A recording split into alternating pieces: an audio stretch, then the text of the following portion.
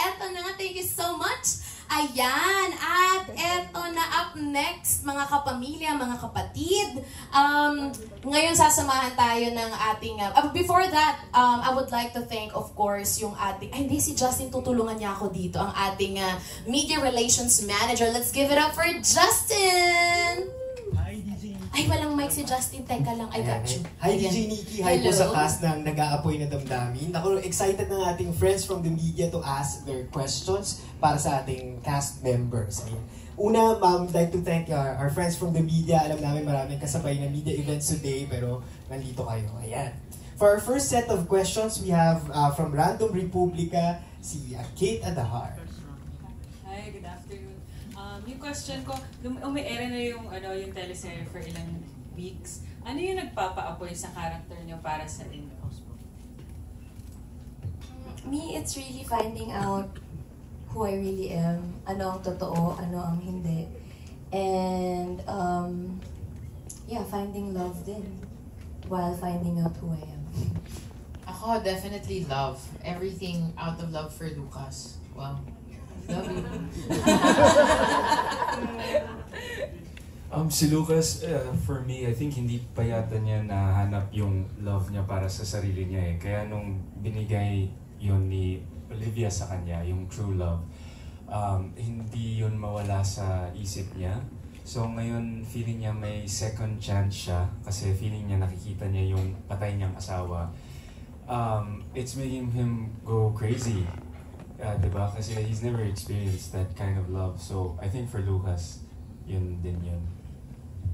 Ako naman, still searching for truth. Kasi nga, up to now, talaga malaking puzzle pa rin para kay Philip na kung paano namatay yung tatay ko. Yung tatay ko kasi is very important sa akin at siya yung role model ng buhay ko. Kaya kailangan ko talaga mahanap kung ano talaga yung nangyari sa kanya. And hindi ako matatahimik hanggang hindi ko yung nalalaman dahil yung mga Buen Camino, isa silang malaking suspect sa nangyari dun sa tatay ko. Kaya yung character ni Philip ngayon, dun siya papunta. Talaga hinahanap niya yung truth. Tapos gusto niya pa rin mag-revenge. Kasi yung pangarap na itinayo ng tatay ko na dream hospital niya, kinuha na sa amin ng mga Buen Camino. Kaya kung makikita nyo sa everyday na mga episodes, palagi lang ako galit, palagi lang ako frustrated, at nagpatong-patong na. Ayan. Salamat. My next question is for Lia. Kasi sa mga unang episodes, nagulat lahat dun sa daring scene mo with Antonio. Ano yung, kumusta yung feedback sa bahay nyo at sa outside world, sa online? Kumusta rin ang pinanood mo sa... Feel ko rin kasi it came at the time where I've already na-expose ko na rin yung sarili ko na capable ako or open ako to do things like that. I mean, I did post for White Castle, so I feel like that on its own was already medyo nagpapakita na willing ako to do things like that. So parang okay lang. I mean, if anything, yung men ng family ko hindi lang talaga nanood. Mga pinsan kong lalaki, tatay ko, kapatid ko, okay lang, merited naman, valid. But yeah, hindi naman friends ko, oh my gosh, ganun lang. Yun lang, hanggang doon lang. Wala naman silang masabi. Tsaka I'm 31 na, parang, come on, it's 2023. Yeah. I thank you for the band-aid, by the way. Ayan, thank you, Miss Kate Adahar of Random Republica. Ang next question, DJ Nikki, it's a phone-in question from the Philippine Star, babasahin ko. For the four of you, parang every single scene, it's from Charmy Joy Pagunog, the Philippine Star. So sabi niya, every single scene, sobrang intense. Parang laging may galit, laging may mabigat. Ganyan. So how do you cool down or recover after performing intense scenes? Tawa-tawa lang. Cut! We're with friends naman. Nakakapag-debrief ka agad. It helps a lot na we all get along. Important din kasi para sa amin na, alam mo yun, right after makat yung scene na, alam mo yun, mag-break away kami dun sa eksena. Kasi yung susunod na eksena namin, ibang emotion naman yung ipapakita din namin. Still mabigat, pero hindi na siya katulad nung last scene na ginawa namin. So it's really hard kasi nga nagja-juggle kami from one emotion to another. Tapos yun yung biggest challenge right after breaking down, kung paano mo pipigilan yung sarili mo umiyak, kung paano mo alam mo i-regulate ulit yung breathing mo para maging kalmado at normal ka. So paano natin ginagawa nga? Ganun lang. Chika. Over food. Or good And food, food. yes. Pampahappy. Always. Hirap din pala, no? Iba ganun pala. Hirap. Care of Rhea and Jane all the time. Thank you. Follow up lang to DJ Nikki kasi parang tama ba, a new chapter in the story is about to unfold. So, may expect ba namin na puro ganun ulit? Like may marami pang mas intense scenes or maglilay low ba? Ano bang dapat Pa-intense abangan? pa ng pa-intense. Ano po yung lelo? Walang ganun din. Hindi, mas marami pang ano talaga. Ito na yung tapatan talaga ng naming apat at ng ibang mga characters pa. Mas andyan na yung revenge, andyan na yung sagad na gantihan, at basta pa-intense pa ng pa-intense. Hindi pa pala sagad yung ganti. Wala pa! Abangan pa yun. Abangan. Kalma pa yun. Thank you. Ayan, for our next set of questions, DJ Nikki and the cast, we have from the Manila feed, si Chad Rosette. Hi, congratulations. So for my first question, since kanina parang marireveal na yung kay Lucas at saka kay Olivia na parang makikita na niya yung past niya, parang gano'n. Paano nito babaguhin yung takbo ng kwento and yung mga characters ninyo? And ano yung i-expect nila for each one of you sa mga characters ninyo? Okay, let's go by character. Oo. Ayun na nga, ito nga yung pinaka-ayaw mangyari ni Melinda, o diba? So, andito na tayo. So, ngayon, Melinda will try to do whatever she can para ma-preserve yung marriage nila ni Lucas. Yun lang naman yun. So, medyo intense pa rin yun. Kasi paano? Diba? Paano ba? Sorry. Yeah. Saan ba ako lulugar? Si Lucas naman, may effort naman talaga siya kasi yung dating house namin keeps reminding me of Olivia. Kaya ako bumili ng bahay na to para makalimutan na siya. Thank you, Lucas. Sa bahay. Sakto, dumating si Claire and ayaw nga ni Melinda na magkita kami pero nangyari siya. So, mawawala na naman si Lucas sa sarili niya kahit ayaw din naman niyang sadyang saktan si Melinda. So, ayun. Si Philip naman, nung nagsimula yung story, ang intention niya talaga ay gantihan talaga yung mga Bueng Camino. Dahil nga sa pakiramdam ko, sila talaga yung main suspect sa pagkamatay ng tatay ko. So talagang gusto ko silang gantihan. And ang pinakaunang at ang pinakamalakas na ganti na ibibigay ko sa mga Bueng Camino ay nasa kamay ko na hawak ko siya, si Claire. As in, ginawan ko siya talaga ng pagkatao at parang sinulat ko talaga yung buong storya ng buhay niya. Pero sa lahat ng paghihiganting ginagawa ko na yun, nakaramdam ako ng sobra-sobrang pagmamahal na para kay Claire. Na hindi ko na alam kung ano ba ang uunahin ko. Kung ang uunahin ba ni Philip ay mag-revenge pa rin ba sa mga Bueng Camino o ipagpatuloy yung pagmamahal kay Claire, ilayo siya sa mga Bueng Camino at mag-start kami ng sariling buhay. So, si Philip ngayon, caught up in the middle siya. Hindi niya na alam kung saan siya pupunta, kung ano yung uunahin niya, kung ano yung bibigyan niya ng importance. Pero so far, sa story, si Philip, binibigyan niya talaga ng importansya yung pagmamahal niya kay Claire. Hirap din ang pinagdadaanan talaga ng mga karakter. Sige na, na-stress din ako kakapakinig lang. Yeah, Sige, Jen. hindi, sasabihin ko lang kasi connected din doon na for the longest time din kasi hindi ko alam kung sino ako. Lahat ng alam ko galing lang sa information na binigay niya. Pero what's exciting is unti-unti na bumabalik yung memories ko. Unti-unti na akong may mga naaalala from the past na tinatry ko rin intindihin or i-decode kung ano yung mga nakikita ko kasi hindi pa lahat malinaw eh. Pero, yun, lalabas na unti-unti yung memories, yung alaala, mapipis ko na yung puzzle, and lalabas na rin yung pagiging palaban ni Claire. as a person. Kasi for the longest time nga, lagi lang na siyang nasa bahay, lagi siyang sumusunod kay Philip. Pero, yun na, papasok na yung mga, ano natin, Paghihiganti evil. pagdududa. Pagdududa. Mga ganon. Yung ano nangyayari. Totoo ba lahat ng sinabi niya sa akin or hindi? Yung mga ganyan. Good luck, Doc, talaga sa'yo. Good luck sa pag-explain talaga. Nakakatawa diskusyonan niya. Uy, pero ang hirap nun kasi di ba parang ngayon puso yung umiiral sa kanya pag minahal niya si Doc. Paano pag bumalik yung alaala niya? Doon maglalaban yung Isip at puso. Ano yung susundin doon? Mm-hmm. Ay, nako. Sige na. Isa. So far, so dami ng magagandang eksena na nilabas na natin. And ano yung challenging sa inyo or most unforgettable scene nyo? So, Ay, yung ipapalabas this week! Yung atapatan naming apat. Finally, sa tagal namin, hindi naman matagal, pero sa haba ng pagtatrabaho namin, finally nagka-excel. Kasi inaabangan din namin, kailan ba tayo magkikita-kita? Kasi minsan kami lang, or minsan kami lang, minsan tayo lang. True. Yes. Ito na. Ito na yun.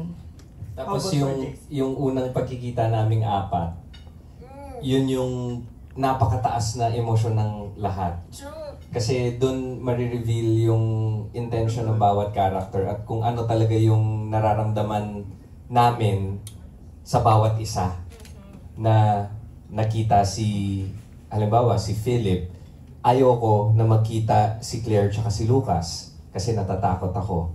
Tapos si Claire naman, gusto niyang makilala si Lucas kasi naghahanap siya ng answers. Si Melinda naman, ayaw niyang magkita si Lucas saka si Claire kasi mawawalan siya. So alam mo yun, yung pagkikita naming apat na yun, marami kayong makikitang mga emotions na hindi namin pinapakita talaga sa bawat episode na dito lang nila makikita sa unang pagkikita namin. Mahirap yung eksena pero fulfilling siya kasi nga mabubusog kayo sa emosyon, sa information, kung bakit ito pala yung pinanggagalingan ng bawat character. For sure. Yeah, well, actually that scene won't be forgettable for me kasi hindi ko alam na ganun pala kataas yung emotion. Surprise! So, sabi ko kay Ria, Ria, I'm really scared. I don't know how I'm gonna do this. Pero we were guided really well with Direct FMR, and actually I went up to him tapos sinabi ko, Direct FM, I'm really scared. I think I really need help. Tapos naramdaman niya yung kamay ko nanlalamig na. He was very kind. He said, don't worry, we'll wait for you. He played really nice music, got us in the scene. So I appreciate Direct FM and these three guys, they really helped me with that scene din. Ginising ka nga ni Jane eh. Oo, ilang beses. ayun, sa taas nga ng emosyon, may time ba na parang naidadala niyo yung mga character niyo, even parang off-cam na, kahit sa mga bahay niyo? I think conscious effort talaga na paghiwalayin yung pagkatao namin sa character. Kasi kung hindi, baka mabaliw kami ng di oras. Oo, Alam mo yun? tsaka dalawa-dalawa naman Oo, yung eh. personality ko, pati sa bahay. Parang Tatlong intense tao na masyado. So, as much as possible, conscious effort, I think, for all of us na ipagpag talaga at the end of the day. Yung parang pag nakabihis na kaming pang kami, okay na. Pero nakakatawa kasi meron din tayong nakunan na, yun nga, intense, tapatan, ganyan. Tapos after, woo! Galing nun! Thank you and congratulations. Thank you po. Tawan-tawa ako nang sinagot kanya kanina. Sabi niya, kasama ka doon? Nilabas natin. Sabi niya, kasama ka. Support! Thank you. Ayan, DJ Nikki, yan. In relation din sa tanong ni Chat, nagbabasa ako ng another phone-in question. Kanina kasi tinanong ko, how do you cool down? Or nadadala niyo ba yung characters yung outside of the set? Yung tanong naman ni Princess Nicole Castro ng One Media Network ay paano naman kayo nagpe-prepare para sa role niyo? Nagwo-warm up? Paano nga? Day by day. Day by day talaga. And scene per scene. Kasi iba-iba yung requirements per scene. Iba-ibang emotions or iba-ibang mga pinanggalingan. And also making sure lang na accurate yung emotional continuity per character before the scene na parang ano ba pinagdadaanan ko dito kasi nga sa sobrang daming weeks and or iba-iba yung emotional continuity, kailangan lang we make sure na accurate yung ano namin characters. And also grabe din naman mag-set si Direk before a scene eh. Yun nga, yung music, and then he explains well talaga what the scene is for or what your objective is. So, yeah. So, scene per scene and day by day. Ayan. How about the others? Kakape ba kayo? Or... Ewan ko, siguro pagpasok pa lang namin sa set, sa sinusuot pa lang namin na damit, alam na namin yung character namin. Kasi alam namin na hindi natin to sinusuot everyday. Halimbawa, ito mga damit na to. Ito yung suot ni Claire everyday. Kahit nasa bahay, nasa office, nasa hospital. So in character na talaga kami. Once na nagsuot kami ng costume namin, okay, alam na natin yung character namin. Ako si Philip, siya si Claire, siya si Lucas, siya si Melinda. Ganon.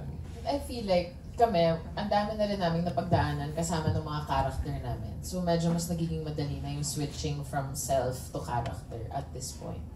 Pero yeah, of course, like for the scenes that are heavy, you think back to the scenes that you've already shot in relation to that. Pero yeah, I mean, it's a very collaborative set.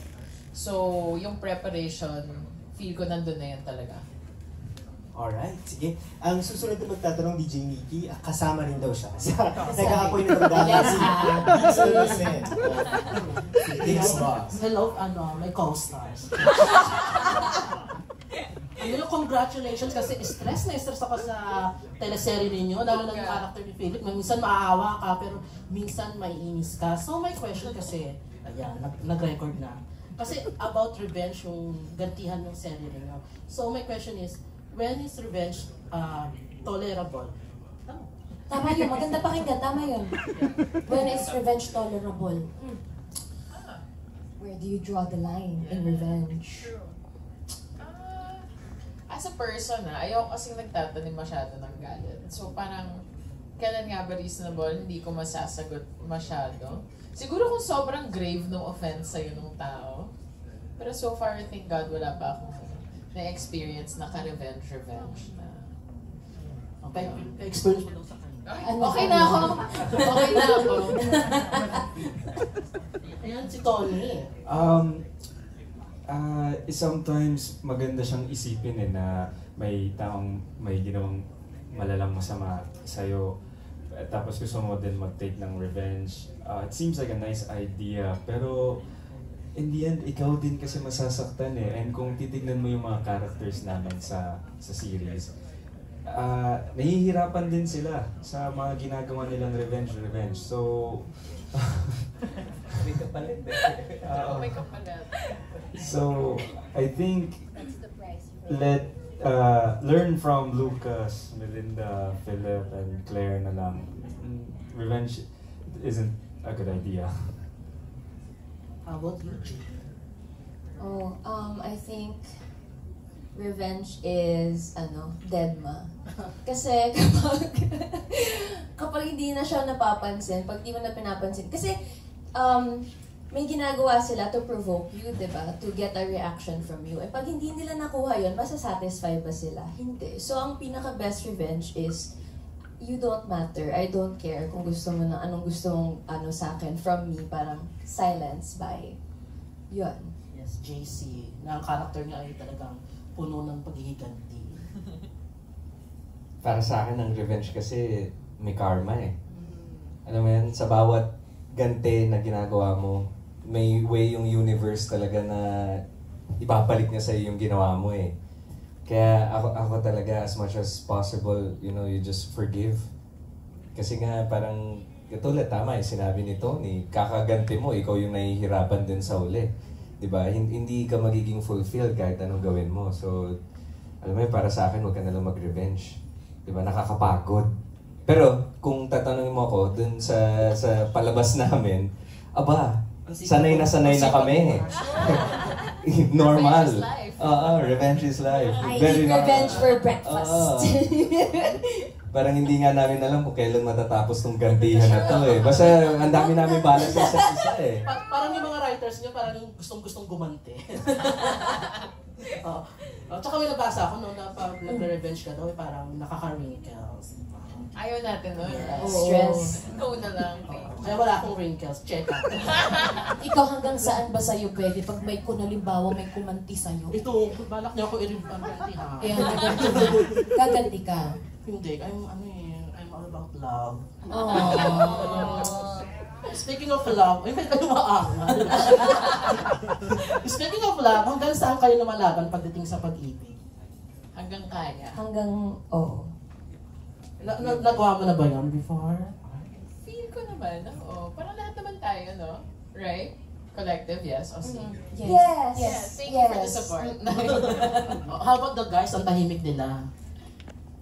Ako wag niyo na po katanungin kasi ako lang po yung kasal sa kanilang tatlo. Si Tony. You'll be surprised what love will make you do. So, masusurprise mo na lang din siguro yung sarili mo pag love mo talaga yung tao. Okay, thank you. Congratulations. Thank you. Hindi, nagsabi na siya si Julie. Ano yan? Sali niyo kami sa GC News. Kasi may sinasabi siya. Parang feeling ko mamaya may mag-aaway na magkaibigan. Ilalabas natin. Maganda yung revenge. Ito Ayan yun na. oo. Nararamdaman ko. Thank you! Ayan, for our next set of questions, marami rin siyang tanong. We are from flowgalindes.com. Flo Galindes. Isa lang yung tanong ko actually. Kasi di ba nakita niyo yung mga characters ng bawat isa, you saw yung mga bubog, yung mga hugot. If ever a chance na magkaroon kayo ng chance to switch to another character among the four of you, ano yung gusto, kaninong character yung gusto nyong gampanan? Aside you're the one you're doing. I wanna be Lucas. Same, Lucas. Same, Yeah. ako rin. Yun sana yung magulan. Sa kayo kay Lucas. Salazar! Parang sa aming apat kasi siya yung connected sa aming tatlo. Ako hindi ako directly connected dun sa dalawa. So parang yung pinaka... Tsaka if you really think about it, kawawa din si Lucas eh. Siya yung sobrang naagrabyado din. Pero pinakawawa naman si Claire talaga, Olivia. But yeah, Lucas would be fun. It's fun to Are you play. sure? Dami kong pinagdaanan, yes, Oo. Lucas. O you, since everybody's Lucas, Who do you wanna be? who you want? Kaya mo yan. Palit tayo. Hindi, for me, mahirap i-portray si Lucas. I mean, every day is a struggle for me. You know, I don't want to sugarcoat that. Pero yun nga, may times na nakakausap ko si Miss JRB, tapos tatanungin ko, ano po ba yung story ni Lucas? Bakit siya ganito? Ano yung tumatakbo sa isip niya? Tapos, sabi nga niya na sobrang complicated si Lucas. So, I really love my character, I really do. I think... Bigay sa amin. Ayaw niyang i-share. Sige, sayo. Joke lang ko. Ayun. Sige. Well, if I had to pick one, siguro si Philip kasi na-experience ko na yung init ng ulo ni Lucas. So, tsaka na kay Philip kasi yung hinahanap ni Lucas na pagmamahal ni Olivia. So, pa-try naman. Nandiyan naman si Melinda. Diba? Oo. Yun din yung point ko eh. Nandiyan naman siya eh. So, Thank you. Ayan, for our next set of questions, we have from Chicanes. Albert Bryan, I believe. Nag-aapoy ang damdamin. Hey, mabuhay! Congratulations! Ayan. Yung first question ko is, this teleserye is like a lot of first for all of you. Like, first na pagbibida ni Jade, first being kontrabida, ganyan. And of course, one of the first collaboration of TV5 with ABS-CBN. What part of this teleserye you are most pressured about? Yung ratings ba? Yung feedback ng bosses, especially from TV5, na mauulit pa ba to? Or yung audience, saang part kayo mas na-pressure? I think ako personally, more dun sa pagtetel ng story. Kasi nga, ang hirap ng mga characters namin. So, hindi na kami ako personally, hindi na masyadong nag-iisip sa outside factors. Kasi everything will fall into place naman if tama yung portrayal namin, tama yung pagganap namin, di ba? So parang mas doon yata kami nakafocus sa tamang characterization, tamang pag-arte. Because everything else naman yata will follow. How can we tell the story right? Yeah. Pero like sa'yo, Jane, like kasi yung nga first ba, parang iniisip mo, sana naman may second pa ito, di ba? Na talagang magbibida ka. May ganoon ba? Bakit parang galit? Ay, siyempre gusto ko kasi may second po, third, fourth. Always naman. Sa lahat naman po ng projects na ginagawa ko, lagi ko naman po binibigay yung best ng best. And always naman din nag-look forward for the next one. Pero kahit ano pa pong role at kahit ano pa pong character, kung ano po yung responsibility ko as an actor, I will do my best. And bigyan ng justice at syempre pinagkatiwala sa akin yung opportunity na to, yung role na to. So lagi lang go for the goal. So truthfully, never kayo naging concerned kung nag-rate yung show? Or sa true? I mean, ang dami na kasi nating platform ngayon. Meron tayong Kapamilya Channel, Kapamilya Online Live, nasa iWant tayo, nasa TFs. And maraming iba-iba na rin ang ways ng panonood ng tao. So, as long as meron talagang nag-i-enjoy watching our show, may mga nai-entertain kami, yun naman ang goal natin. Thank you. And then, yung second, nag-follow up kasi ako. Ayan, yung second general question ko. Yes. Yung second general question ko is, can you truthfully say na you can face a person from your past nang hindi ka natatakot? Be it an ex or... No, I think yes. Yeah, I think yes. Lalo na kapag wala ka naman sigurong ginawang masama talaga. And then wala naman kayong bad blood or like tipong kailangan yung gantihan yung isa't isa. Siguro, I don't think wala naman talagang problema. So sa'yo wala? Wala. Personally wala? Oo, siguro kaya mo pang tignan mata sa mata eh, di ba? Yeah, tama. Older, wiser, better as a person. Yeah, okay lang kasi people meet you at different stages in your life, diba? So where you are now, the people in your past, they knew a different version of you eh. So I think when you see them again, you see them through a different perspective. Kasi hindi na ikaw yung dati. Gusto ko yan. Copy-paste everything. Totoo, same. Parang, diba, nasa past na nga, whatever it is that you've been through, like what they said, ibang tao ka na rin nun. So, carry. Buti pa kayo. Kasi ikaw ba? Kaya mo? Yun nga, kahit tinatanong ko, di ko kaya. Ayan. And then last na lang, pwede pa. Sakit pa naman yung mic. Ayan.